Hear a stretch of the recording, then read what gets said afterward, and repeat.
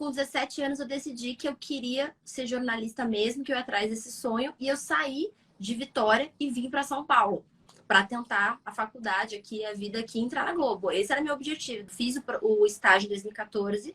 2015 eu fui chamada para ser produtora do Fantástico. Por mais que eu não trabalhasse com política, eu sempre gostei de acompanhar. Eu acredito que era minha obrigação como jornalista saber o que estava acontecendo no meu país.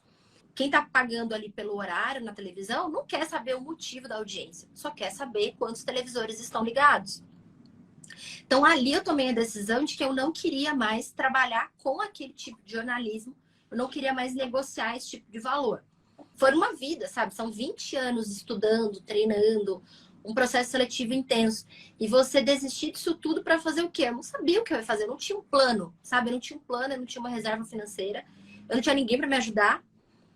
E pelo contrário, minha família ainda assim falando, mas como assim você vai largar a Globo? Que absurdo. Que bom que você veio aqui ao canal Leda Nagli assistir mais um vídeo. Aproveita, faz um comentário, dá um like, avisa seus amigos, compartilhe esse vídeo e fique à vontade para curtir. Estou aqui para conversar com a jornalista Giovana Mel. Uma garota, uma graça, 29 anos, jovenzíssima.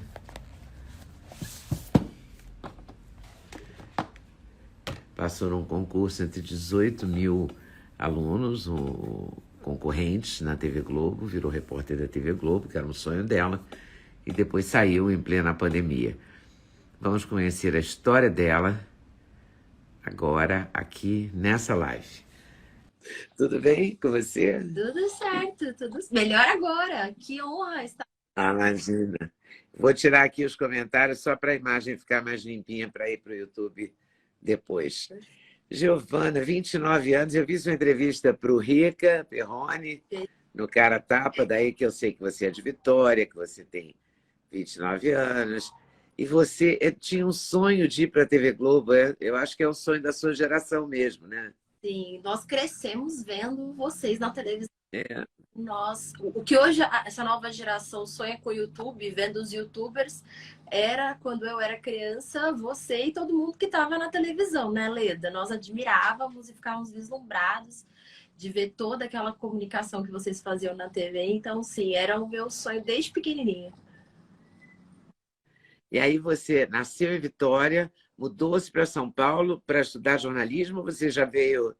A minha história é um pouquinho... Porque você é muito precoce, né? Porque parece que você passou muito cedo na faculdade, né? Sim, eu entrei na faculdade com 17 para 18 anos. Eu nasci em São Paulo, fui para Vitória, depois fiquei em São Paulo, Vitória algumas vezes, então essa parte da minha vida é um pouco complicada. Mudei de escola 16 vezes, estudei em 14 escolas diferentes. 16 vezes? Sim, os meus pais eu ficava pulando de escola para cima e para baixo. Vitória, São Paulo, interior de São Paulo. Então, eu mudei muito de escola, o que eu acho que foi bom, porque eu não fiquei tão fechada num tipo de pensamento. Eu acho que isso me facilitou ter uma visão crítica, um olhar mais crítico das coisas, amadurecer mais do que o normal.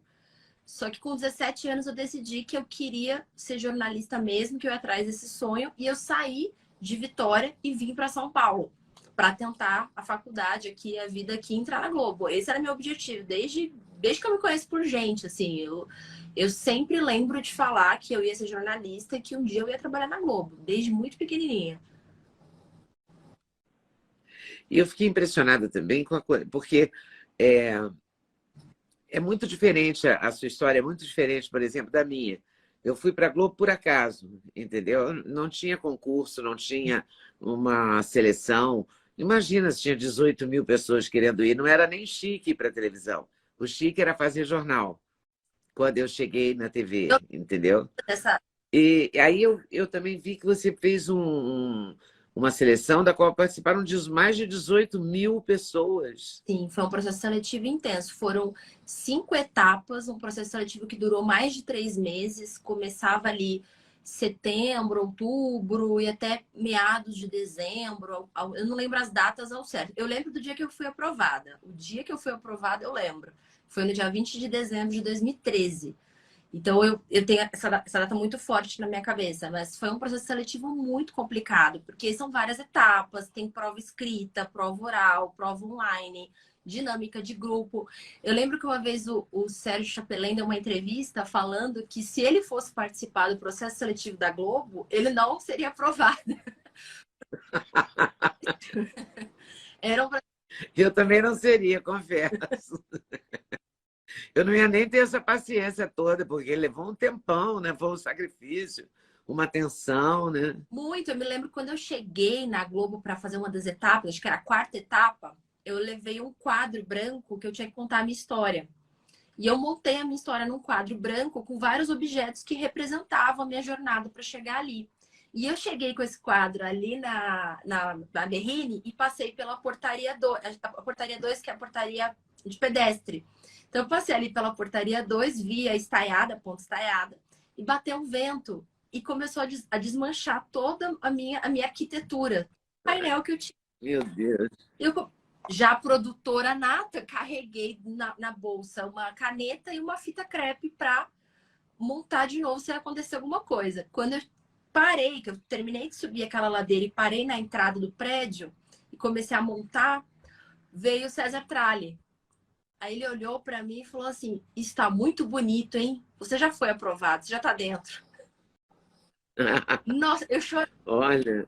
Foi um período assim bem tenso, porque eu tinha 18 para 19 anos. Eu já morava em São Paulo sozinha há 3 anos. Tinha trabalhado como telemarketing, assistente de modelo carregando roupa na Paulista para modelo.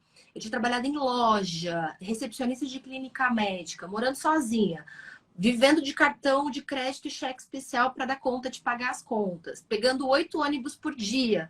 Aí você chega lá no Caramba. penúltima etapa e o César Tralli olha para você e fala: você já foi aprovada? Eu comecei a chorar na frente dele. Passei uma vergonha, paga pra moça aqui que ela tá nervosa. Foi muito engraçado essa cena. Ele deve ter ficado apavorado, né? Vai me acusar de alguma coisa aqui. A gente tá falando de 2013, ainda não tinha essa lacração toda, esse Toda, né? Não era tão. crises em 2013. Faz pouco tempo, né? Foi outro dia, 2013, mas não. Foi outro dia mesmo, né? Foi outro dia mesmo e não foi, porque o ano que vem já é 2023. Assim se passaram 10 anos, olha isso. É verdade, uma década. Uau! 10 anos. Muito tempo. E aí você começou a trabalhar. Você começou a trabalhar aqui em São Paulo como repórter de quê? Repórter de cidade, repórter de rede? Como é que foi a Eu trajetória? fiquei um ano como estagiária de jornalismo, então eu passei por todos os jornais, eu circulei por tudo que a editoria ali dentro, exceto o Globo Repórter, porque lá no programa de estágio, na época que eu entrei, eles tinham essa ideia de você ficar 2 semanas ou um mês em cada um dos jornais para conhecer os bastidores da Globo, aprender e ver o que você se identifica e se algum lugar gosta do seu trabalho e te chama para continuar. Depois de um ano, eu fui chamada pelo Fantástico. O que também todo mundo ficou surpreso, porque diz que o Fantástico, naquela época, né? Não sei como que tá exatamente agora, mas em 2013 para 2014, ali quando eu entrei, o Fantástico era a editoria mais difícil, mais complexa. Porque é muita responsabilidade, a maior audiência da casa, maior patrocinador, né? Então, tudo isso era muito, assim, era uma cobrança muito grande estar no Fantástico. E eu comecei logo ali. Então, eu já estreiei, assim, no Fantástico como primeira, claro, assistente de produção, assistente de edição, que é um cargo que na prática nem existe muito bem, mas quando você tá, a Globo tá te chamando, você vai, você não discute cargo, salário, nada. Eu sempre fui assim, estão me chamando, eu vou, depois eu penso o que eu faço, dou conta do recado no meio do caminho. Então, eu fiquei um tempão lá no Fantástico, eu fui produtora daqueles quadros especiais, Drauzio Varela, eu trabalhei no Medida Certa, que era um quadro que eles tinham que emagrecer. Do Márcio Atala, não era? Atala, queridíssimo. Aprendi a subir escada com ele. Até hoje eu subo escada por causa dele. Virou um hobby, você acredita? Eu subo É mesmo, né? escada quase todo dia. Assim, tem dia que eu faço Muay Thai, eu faço academia e acaba que eu não subo escada. Mas quando eu não faço nada, eu subo escada. Então eu subo 80 andares, 100 andares, por causa dele. Eu aprendi com ele no Medida Certa do Fantástico. Caramba! Nunca mais parei. Eu subia lá na Globo.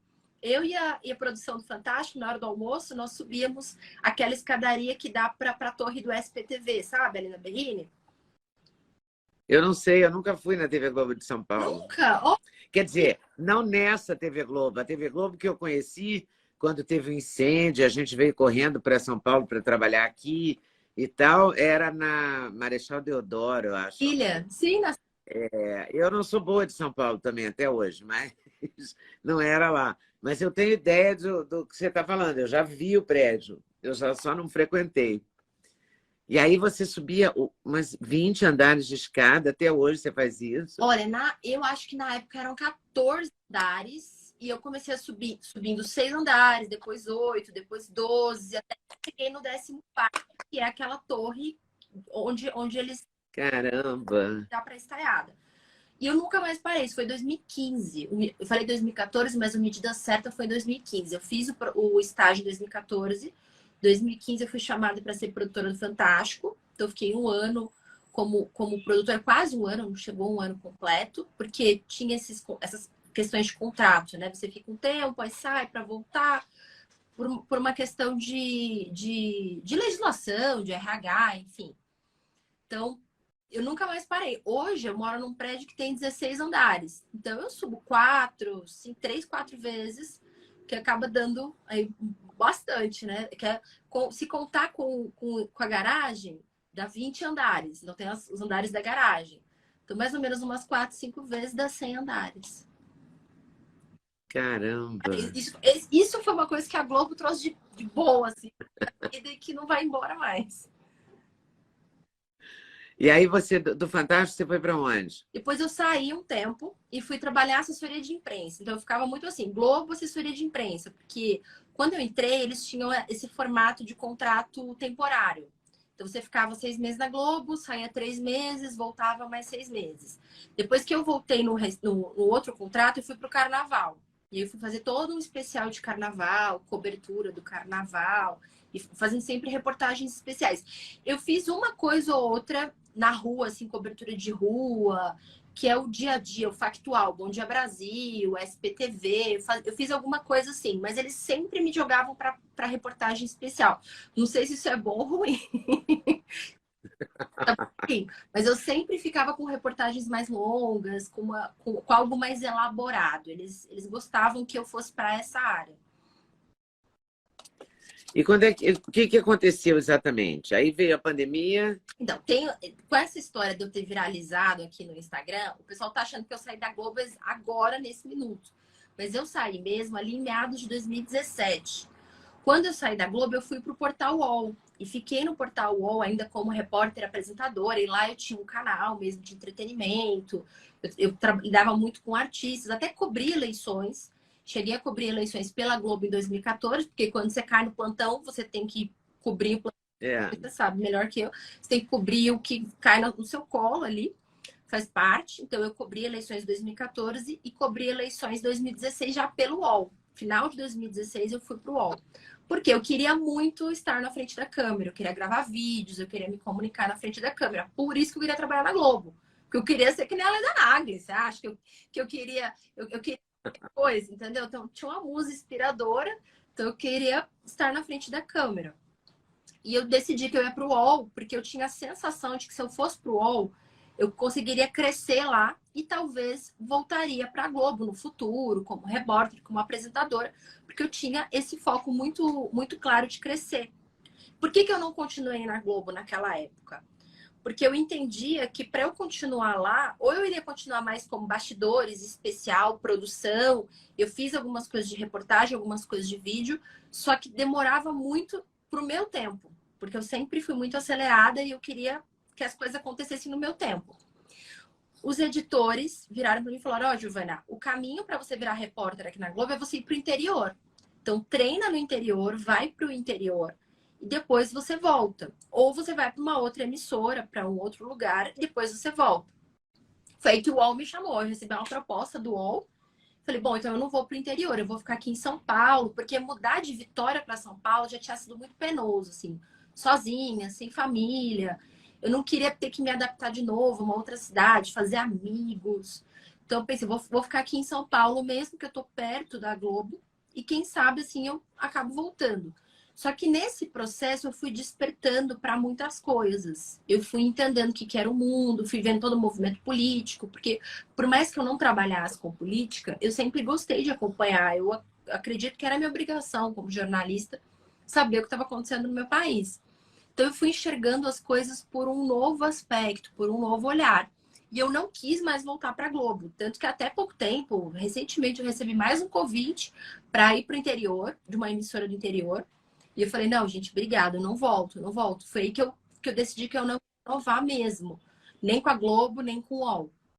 Porque os valores não estavam mais batendo. Né? Quando eu Pois é, porque sair da Globo e ir para o UOL é sair da esquerda e ir para a esquerda. É, total. Mas nessa época eu não tinha essa consciência ainda. Eu não tinha essa consciência.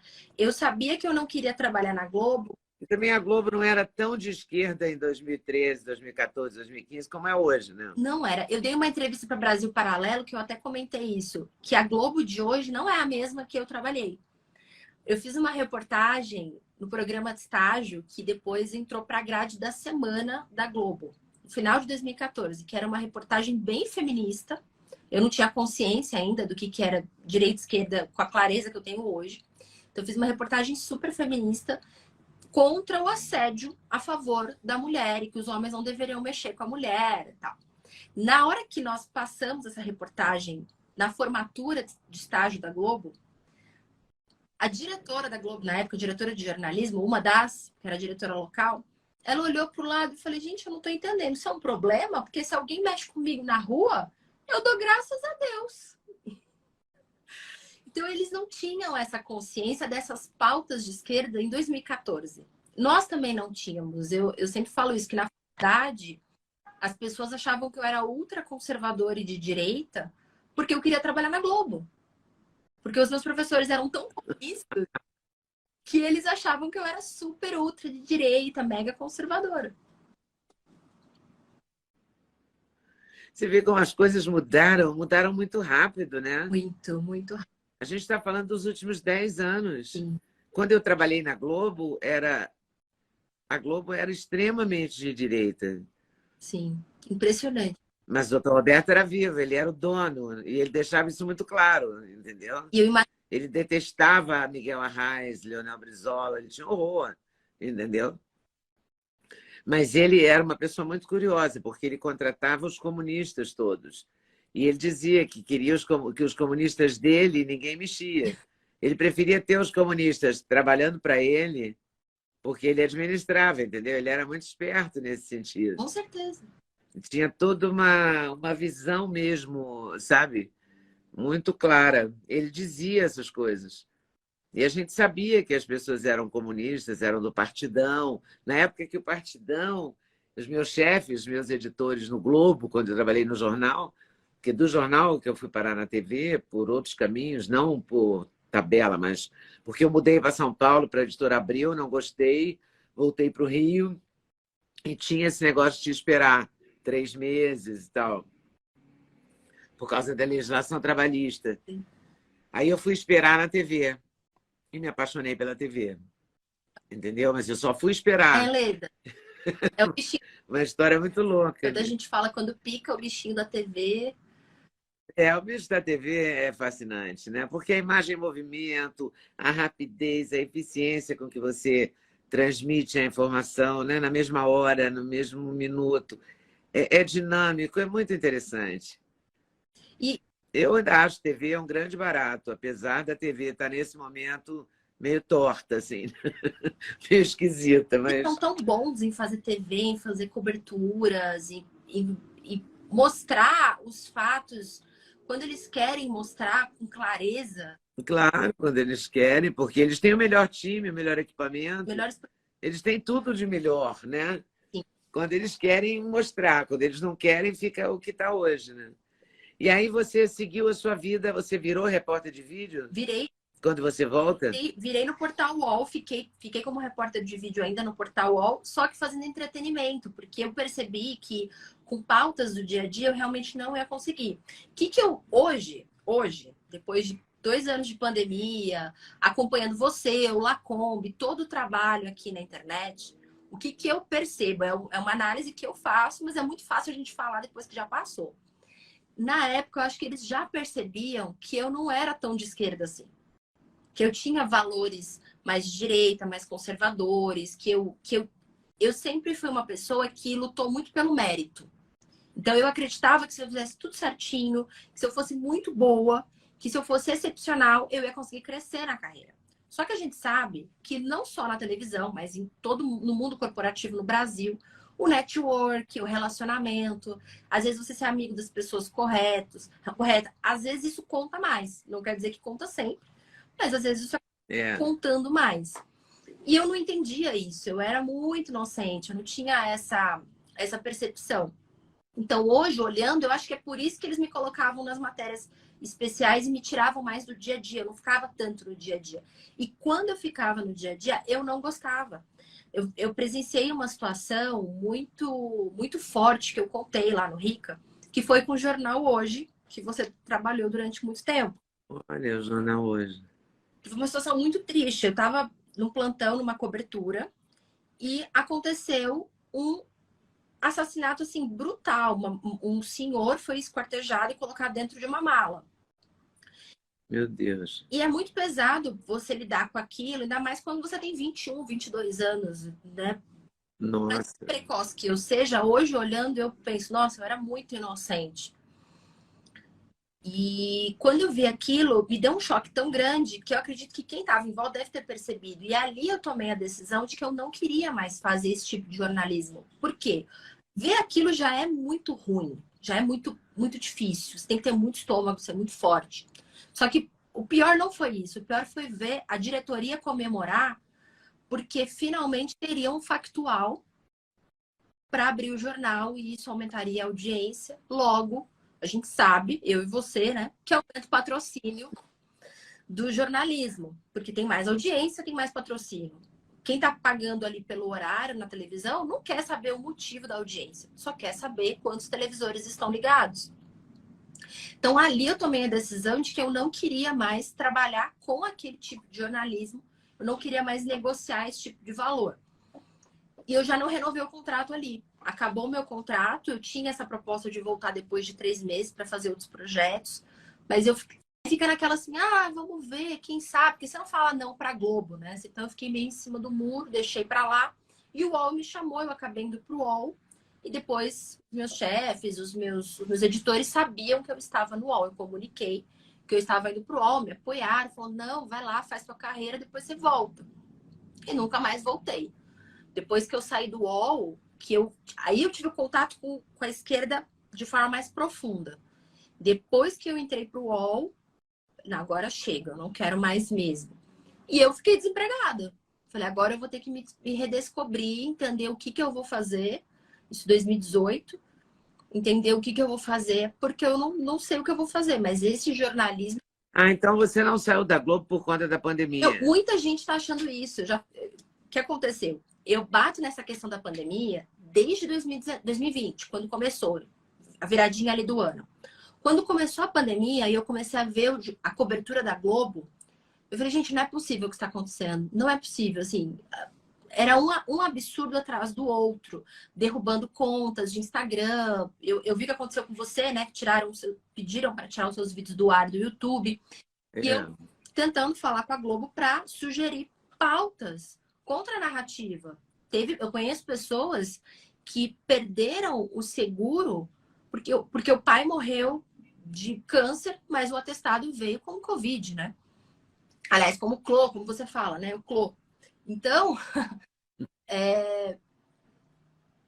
eu não via o jornalismo acontecer. Eu estava, o que está acontecendo? E eu comecei a me posicionar nas redes sociais desde 2020, falando sobre isso. Tanto que eu tenho amigos de infância que são médicos, totalmente de esquerda, formados em universidades federais, 100% de esquerda, que romperam comigo por causa do meu posicionamento nas redes sociais, amigos jornalistas também de esquerda, professores da faculdade. Eu fiquei isolada, eu perdi muita gente. Eu cancelei um casamento, eu ia casar em 2020, um casamento para 200 pessoas. Meu vestido de noiva, inclusive, está aqui, eu estou olhando para ele agora, porque eu tenho um guarda-roupa aqui atrás.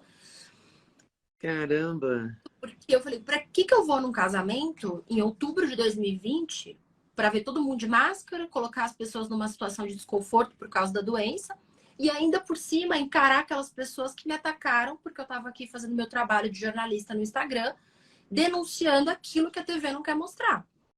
Então eu cancelei. O casamento vai bem, eu tô casada, mas a festa, eu cancelei a festa para 200 pessoas e tem gente que não fala comigo até hoje. Caramba! Engraçado isso, né? Quer dizer, engraçado. Engraçado é uma palavra, só um modo de se expressar. Mas é muito curioso como a raiva, o rancor, essas coisas que não existiam antes permaneceram, né? Depois que elas brotaram, sabe-se lá de onde, elas não desaparecem. É claro que tem um monte de gente que não fala comigo. Hoje eu estava vendo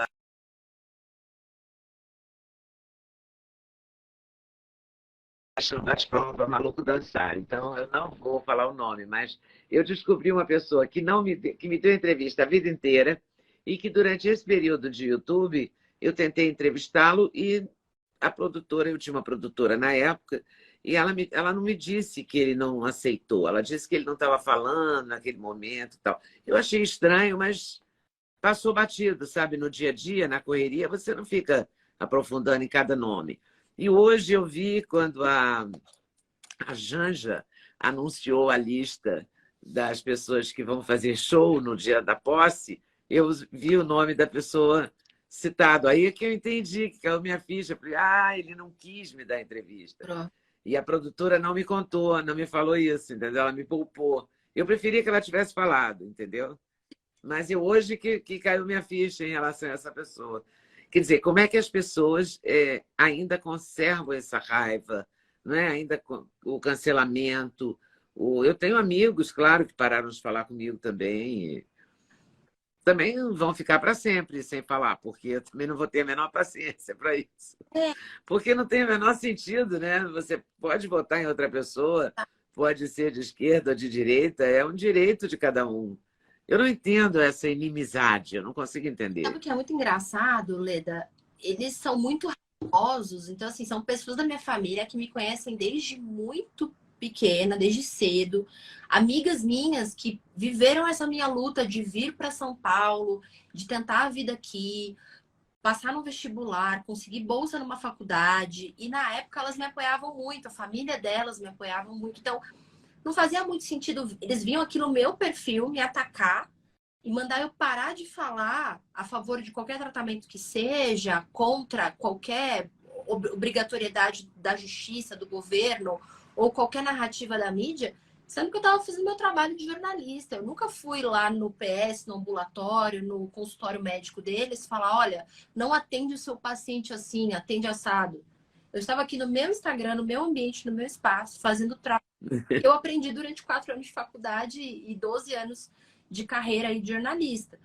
Então, isso foi o suficiente. Eu falar para a pessoa, segue com o teu trabalho, que eu vou seguir com o meu, foi o suficiente para a pessoa romper. Então, eu não fiz o casamento, não porque eu não queria, não porque eu não quero ter o contato com essas pessoas, mas porque eu fui atacada. Como é que eu ia receber essas pessoas na festa? Não tinha clima para fazer festa. E isso é muito engraçado, porque parece aí a força da expressão, isso é muito engraçado porque parece que a gente não vai conseguir retomar mesmo. Eu já perdi a esperança, eu acho que a gente não vai conseguir retomar. Sim, eu também tenho essa. Eu tenho amigos e amigas que acham que não, que daqui a um ano, daqui a 3 meses, as coisas são muito otimistas. Eu não sou tão otimista, eu acho que vai ficar quebrado, que é louça quebrada, louça quebrada, é louça quebrada. Mesmo que você passe aquela cola maravilhosa e ela fique parecendo que não quebrou, fica aquela fissura, né? Ali aparecendo. Então, eu acho que vai ficar essa fissura. Que é uma pena, é uma pena. Eu concordo. Mas fazer o Eu quê, né? também penso. E aí você saiu do UOL e foi trabalhar com o quê? Quando eu saí do UOL, eu ainda não sabia o que eu queria fazer. Então, eu fiz uns freelas de jornalista, escrevi umas reportagens, fiz uns freelas de assessoria de imprensa. E depois me chamaram para dar treinamento de comunicação, que é muito curioso, porque quando você está na frente da câmera, quando você treina para falar de comunicação, para você é uma coisa. Então, você sabe, né, Leda? Eu lembro dos vídeos de você entrevistando o Ayrton Senna, enfim, várias outras pessoas. E aí você estava assim, ali sentada, conversando com as pessoas, interagindo, quase que fundou o YouTube. Eu brinco assim, gente, a Leda Nagli, ela não fora. Ela fundou um modelo de entrevista do YouTube lá atrás no Jornal Hoje. Inclusive, Leda, você não vai lembrar disso. Mas eu te falei isso num evento que eu te encontrei, que foi no evento do Murilo Gun, no Hard Work. Lembra? Você estava lançando. Olha, Murilo Gun, é verdade. Você abriu o canal no YouTube, você fez o anúncio do canal no YouTube no evento do Murilo. É, eu tinha acabado de abrir o canal, é verdade. Eu lembro disso. E lá eu te falei isso. Eu falei, Leda, você não está entrando para o YouTube. Você já fundou o formato de entrevista do YouTube Olha que lá loucura, atrás no Jornal Hoje. Eu lembro que eu comentei isso com você. que barato. Eu tive agora com ele, com o Murilo Gun, agora com 2 filhas. Outra pessoa, tão interessante isso. Sim, ele mudou muito. É, Ele, ele mudou muito, nossa. ele mudou. Mas eu tive com ele agora, domingo, no aniversário da minha neta. Olha que loucura, eu não tinha nem neto, nada. Sim. Era outro momento, né, da minha vida. E encontrei com ele agora, domingo, cabeludo e tal. As meninas, a cara deles, impressionante como elas são parecidas com os dois, tudo misturado ali. Muito legal. Aí você foi fazer treinamento, e aí você treina pessoas. Eu já trabalhei uma vez, durante um tempo, eu também trabalhei formando, ensinando as pessoas a se portar, né? Eu vi no seu Instagram você falando, não fica, eu acho muito legal isso, porque a pessoa que está ao vivo, ela não tem que ficar, ela vai entrar ao vivo, ela não tem que ficar em frente da câmera fazendo graça, né? Não tem isso mesmo, se recolhe para o lado, espera a sua deixa para entrar, e aí sim você aparece. Eu vi você ensinando e achei muito legal. Sim, hoje É por aí mesmo. ensino tudo que eu investi na minha carreira para entrar na Globo. Então, eu peguei toda a minha bagagem, tudo que eu aprendi, tudo que eu passei, e eu compartilho aqui na internet, nas empresas. Semana que vem eu tenho um treinamento num grande banco, na outra semana eu tenho um treinamento para médicos. Então, eu tô sempre ensinando comunicação oratória. Só que agora que viralizou esse meu post, porque eu falei daquele vídeo do Jornal Nacional. Então, agora que muitas pessoas estão me conhecendo, eu dei entrevista para a Revista Oeste, para Brasil Paralelo, agora estou tendo a oportunidade de conversar com você. Então, aconteceu essa viralização, que eu acredito que tem muito a ver com o momento, né? Tá todo mundo muito tenso. Agora com a Copa deu uma diminuída, mas todo mundo muito tenso, com os nervos à flor da pele, como eu falo, né? É verdade. Fora do controle. Então eu fiz aquele post e eu não imaginava que fosse viralizar, não tive essa intenção. Já era uma coisa que eu falava há muito tempo, que eu contava por que eu saí da Globo, por causa dos meus valores, porque é difícil, né, Leda, você trabalhar 8 anos na sua infância, no teatro, trabalhar vendendo coisa, porque eu vendia bijuteria, eu fazia de tudo para dinheiro para investir na minha carreira, porque eu queria fazer teatro e meus pais não tinham dinheiro. Então, eu vendia bijuteria para ajudar em casa e para estudar teatro, porque eu pensava, se eu estudar teatro, eu tenho mais chance de entrar na Globo. Então, foi uma vida, sabe? São 20 anos estudando, treinando, um processo seletivo intenso. E você desistir disso tudo para fazer o quê? Eu não sabia o que eu ia fazer, eu não tinha um plano, sabe? Eu não tinha um plano, eu não tinha uma reserva financeira, eu não tinha ninguém para me ajudar. E pelo contrário, minha família ainda assim falando, mas como assim você vai largar a Globo? Que absurdo. Eu tanto para entrar lá, é a TV Globo. É, porque é muito louco, né? Quando você faz muita força para entrar num lugar e depois você decide sair, não é todo mundo que entende, né? Não entende. Tem gente que não entende até hoje. Eu recebo muitos ataques por me posicionar. Você deve receber também, eu imagino, muito, Sim. né? E um dos ataques que eles falam é assim, mas que absurdo, que arrogância, largar uma empresa desse porte, porque ela é muito mimada. Eu dou risada, né? Porque cada um pensa o que quer. Cada um pensa o que quer e diz o que quer, né? Mas a gente não pode dizer o que quer, tem que falar porque né? Tem que ir de acordo com a narrativa que é a da hora, né? Digamos assim. Exato. É difícil isso. Exatamente, é muito difícil, é muito difícil. E eu fico abismada de ver isso. Acredito que não tanto quanto você, porque você viveu numa época que tinha jornalismo de verdade, pelo que eu já vi das suas entrevistas. Então, vocês faziam jornalismo, reportavam a notícia e pronto. Cada um forma a sua opinião a partir disso. Eu já entrei na fase que você tinha que pensar no que era mais hype, o que tinha mais clique, o que chamava mais atenção e como embalar isso para crescer, para ter um retorno. Então, eu não consegui ver o jornalismo de verdade. Isso é uma coisa que eu gostaria de ter visto. Eu acredito que eu vi mais marketing da ideologia do que jornalismo de fato. Porque são gerações muito diferentes. Você já pegou isso, né? A narrativa valendo mais que o fato, né? Sim, sim. Eu sou do tempo em que o fato tinha prioridade, né? A notícia era a prioridade. E não a maneira de embalar a notícia, né? Exato. É totalmente diferente, realmente. Mas é muito, se a gente pensar, é muito estranho tudo que aconteceu, né? Não sei se aconteceu no mundo, com a imprensa no mundo, porque eu não tenho esse conhecimento para afirmar, mas no Brasil eu sei que ficou muito diferente, né? Mas Muito diferente do que era. uma dúvida, Leila, uma curiosidade minha. Vou inverter os papéis aqui, se você me permite. Eu vou aproveitar essa oportunidade. Acredita que essa mudança aconteceu de dentro para fora ou de fora para dentro, no sentido de que a população brasileira começou a tomar mais consciência do que é direita, esquerda, do que é fato, do que é argumento? Eu acho que a população brasileira começou a tomar... Hoje tem mais noção, mais um olhar mais crítico do que tinha antes. Porque antes o que saía no Jornal Nacional era lei. Não é? Deu no jornal. Ainda hoje tem muita gente que pensa isso, né? Tem muita gente agora, por exemplo, colocando de novo a máscara e achando que a máscara vai proteger, porque o Jornal Nacional diz, entendeu? É claro que tem. Ao contrário, porque o Jornal Nacional também só ouve um lado, não ouve o outro, né? Não tem o médico que é a favor e o médico que é contra, como era antigamente, né? Isso virou uma coisa totalmente fora de moda. Agora só tem a narrativa, né? Mas eu acho que a população ficou mais consciente e o jornalismo ficou mais tendencioso. É uma soma dos dois, né? Que eu não acho que é saudável para lado nenhum. Exato.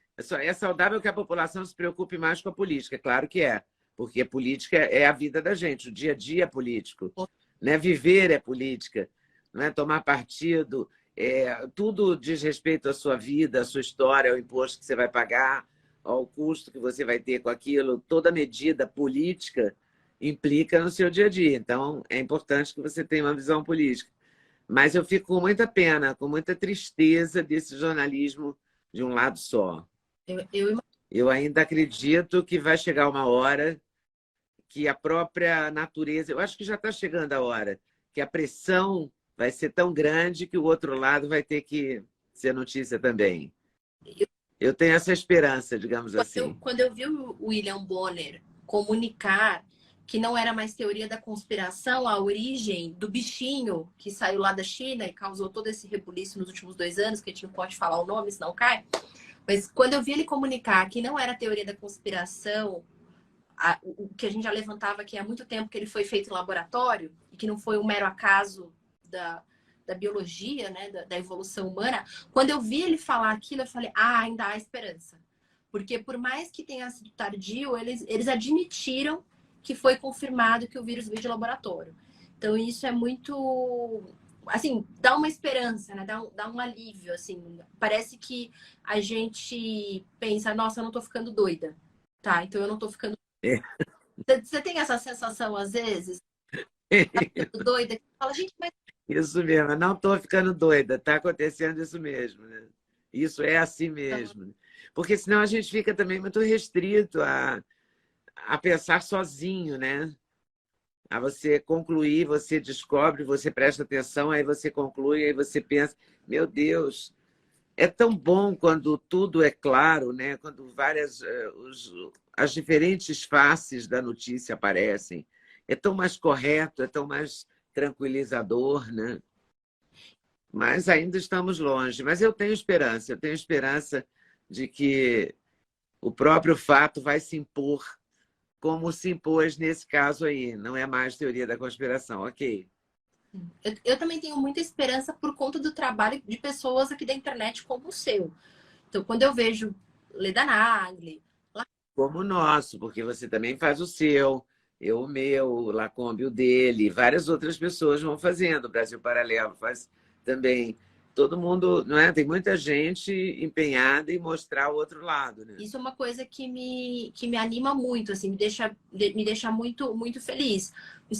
Oremos, esperamos que para o ano que vem continue aí com as mudanças, que teremos um novo governo. Tá? Como é que vai ser a internet a partir do ano que vem?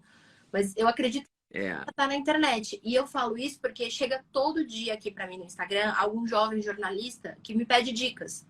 Então eles perguntam, o que você acha de fazer jornalismo? Eu já respondo, não faça. Por quê? Porque você vai entrar numa faculdade militante, que você não vai conseguir estudar outros pensadores que não seja Marx. Então, é muito melhor que você faça o curso da Leda Nagli, acompanhe o Lacombe, estude, pesquise, seja um autodidata, entenda a história e aprenda a escrever, faça um bom curso de escrita, de comunicação, na minha opinião, do que fazer uma faculdade de jornalismo para um diploma que hoje não está valendo nada, porque qualquer um consegue tirar um registro de jornalista. É muito melhor você virar um produtor de conteúdo na internet, na minha opinião. Só que a partir do momento que você já virou jornalista e você já está na mídia, o desafio é você conseguir enxergar os dois lados e fazer esse trabalho na internet. Eu acredito que o caminho ainda é a internet para conseguir equilibrar as forças entre a grande mídia e a população brasileira. E é muito importante, eu acho, que você permita que o outro forme a opinião dele, né? O barato do jornalismo, na minha opinião, é esse: é você dar as ferramentas e a pessoa que está te ouvindo como apresentador da notícia, como veículo, entenda que ele pode formar a opinião dele a partir das informações que ele vai adquirindo. Você não tem que fazer a cabeça do outro, como o curso de jornalismo insiste em fazer, ou como toda a universidade está programada para isso, né? Para ensinar a você a pensar. Não, você é livre pensar. O pensar tem que ser livre, não é? E essa conclusão também. Mas eu não sei como é que vai ser o ano que vem, né? Como é que vai ser, ninguém sabe. Ninguém sabe. Há toda uma obsessão por regular a mídia, né? Mas, Leda, eles tentam isso faz tempo, não? Desde antes da internet. Eles sempre... Ontem o parlamento inglês conseguiu regular um pouco, né? E aí, primeiro, está usando as questões ligadas a bullying, a pedofilia e tal, para regular a mídia. Mas daqui a pouco dá o salto para censurar mesmo, né? Sim. Mas há uma esperança. Você vê, tem revolta até na China. Então, há uma esperança. Vamos ver como é que vai ocorrer. De todo modo, eu estou preocupada. Eu gostaria que o jornalismo, sobretudo do Brasil, tivesse um outro olhar. Um olhar mais libertador, né? Que permitisse outras opiniões. Mesmo que você não concorde, você tem todo o direito de não concordar.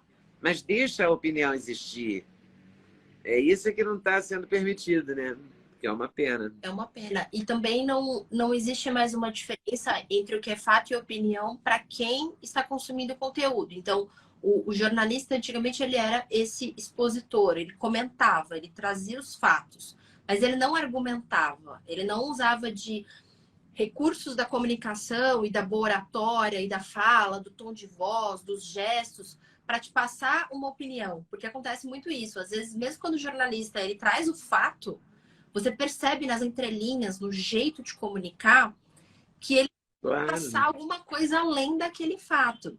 E tem um exemplo que é muito bom e que é muito óbvio, bem escancarado, não é tão sutil, que é na entrevista que o Bonner e a Renata fizeram do Lula na pré-eleições, aquela reta final ali da corrida presidencial. E a Renata estava de sapato vermelho. E nós sabemos, né, Leda, que não pode usar cor nenhuma quando você está num período de eleições. Nem vermelho, nem azul, nem verde, nem amarelo, nem cor nenhuma. Tanto é que o Jornal Nacional tirou todo cores que remetiam à bandeira do Brasil, e inclusive o número do ano do seu layout ali do estúdio. Então, durante mais de 15 anos, se não me engano, 20 anos, a Globo fez cobertura das eleições e sempre está escrito eleições em um ano e era verde e amarelo.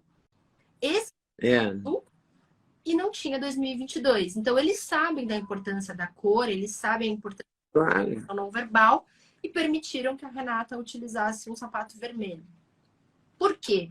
Então, essa comunicação nas entrelinhas, essa forma de não ser claro, não ser transparente, é uma forma de manipular, mesmo que eles não deem opinião, eles estão dando de uma outra.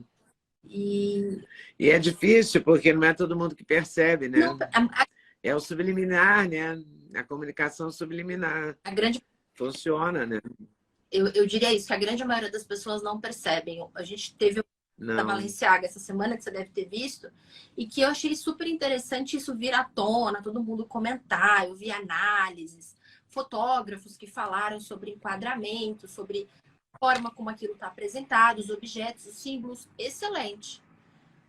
Os jovens, os adolescentes que gostam dessa marca, de 13, 14 anos, não acompanham a gente aqui no Instagram. Estão lá no TikTok, eles nem viram isso. Foram impactados e isso está no inconsciente deles. A gente vive um momento muito perigoso, né? Que tudo é comunicação, tudo tem significado, né? Tudo tem objetivo, tudo tem uma narrativa. Essa geração vai ter que ralar muito para ficar lúcida. Muito. Muito. Vai ter que se esforçar.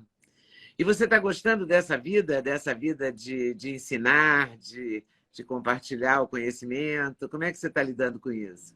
Eu gosto muito, assim, é claro que tem uma questão aí de carreira, um ambiente que eu ganho mais dinheiro, é fato, é muito melhor empreender do que trabalhar fixo no lugar, assalariado, óbvio. Só que dá um trabalho... Leda, dá um trabalho, empreender é muito, muito puxado, muito, principalmente no Brasil. Então, assim, claro que eu gosto de ter equipe, eu lidero, eu tenho um time que trabalha comigo, eu estou com as pessoas, eu amo estar com as pessoas, eu amo dar treinamento, fazer live, bater papo, gravar vídeo, tenho milhares de alunos na minha plataforma. E jornalista gosta disso, gosta de estar com as pessoas, jornalista gosta de estar na rua. Então, isso é muito bom. Só que eu não me seguro, porque eu tenho aquele bichinho do jornalismo que me picou. Então, eu tô sempre me posicionando, aí eu perco seguidor, aí eu perco contrato, não me contrata porque eu me posiciono para ser de direita. Então, eu vivo nessa busca pelo equilíbrio que não existe. Sabe aquela coisa da bicicleta? Não para não, senão cai. Hora eu tô mais corporativa.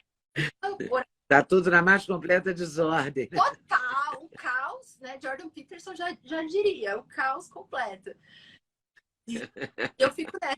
Ele é muito bom, né? A minha equipe... Ele é muito bom. É uma voz importante para a gente. Adoro. Né? Tô com o livro dele aqui agora, inclusive. 12 regras para a vida, um antídoto para o caos. Tem várias... Não abro mão também não, tá? É todo marcadinho. Eu adoro. É isso mesmo. Adoro o Jordan Peterson. Ele é uma personalidade incrível. Assim, eu acredito que ele foi uma das primeiras vozes que eu ouvi que me abriu a mente para toda a narrativa que eu vivia e que eu não tinha consciência, porque eu achava que eu era isentona. Eu olhava PSDB e PT e eu acreditava que aquilo era direita e esquerda, e eu pensava dos dois. Só que é muito mais do que o posicionamento político ou escolher partido. Foi isso que você disse, são os símbolos, a narrativa, o que está por trás, e tudo tem um significado. E eu não tinha essa consciência. Então, quando eu fui criando consciência disso, quando você pega um óculos, você passa a enxergar a vida com clareza, com nitidez, você quer que todo mundo venha com você, né? Gente, por favor, olha só, vista o óculos, né? Enxergue com clareza. Então, eu não consigo abrir mão disso, eu não consigo fingir que nada está acontecendo só para ser a Giovana da oratória, a Giovana dos treinamentos corporativos, a Giovana que ensina a comunicação. Eu não consigo. Eu já perdi contrato, eu já briguei com produção, com produtor, com assessor de imprensa. Veio uma assessoria de imprensa me procurar esses dias agora, depois que eu viralizei. E foi uma assessoria que eu já trabalhei um tempo atrás. E eles vieram Hum. Você não pode falar de política, você tem que ficar quieto, não pode se posicionar, você tem que ficar em cima do muro, porque senão a gente não vai conseguir uma matéria sua em tal veículo, e você não vai conseguir o perfil verificado do Instagram. Eu falei, então eu não vou conseguir o perfil verificado do Instagram, porque eu não vou me autocensurar. Eu não fiz jornalismo para isso, entendeu? Se a pessoa quiser me acompanhar aqui, ela me acompanha. Se a pessoa quiser me contratar, ela me contrata. Se ela não quiser, o direito é dela. Eu não vou me censurar, Leda. Eu não consigo. Não consigo. Eu não consigo fingir que tá tudo bem, Ainda bem, sabe? E ainda bem. Que bom que você não consegue, que bom. Tem que pensar desse jeito. Que bom que você está lúcida.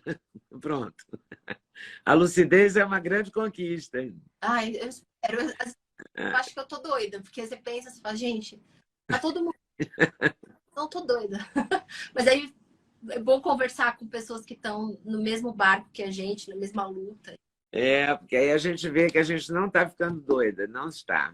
Peraí, deixa eu botar uma bateria aqui que eu deixei quase acabar a Ah, eu bateria, coloquei. aquela distraída. Eu tô... Giovana, muito obrigada. Ah, pois é, eu acabei de colocar aqui. O fio está aqui do lado, eu só não tinha reparado. Foi um prazer, adorei. Eu também. Muito obrigada. Vamos conversar mais. Muito obrigada. Manda um Vamos beijo conversar pra mais. sua família maravilhosa, que eu já tive a oportunidade de conhecer. Oh, E até a próxima. Obrigada, viu? até a próxima, se Deus quiser. Um beijão. Beijo. Tchau, tchau. Tchau. Muito obrigada por ter assistido mais um vídeo no meu canal. Volte sempre. Aqui você sempre vai encontrar a pluralidade de ideias, ideologias diferentes, ideias diferentes, mas sempre alto nível de informação e de prestação de serviço. Eu espero você sempre aqui. Faça seu comentário, se inscreva no canal, dê seu like se você gostou e não deixe de voltar. Estou te esperando, com certeza, se Deus quiser.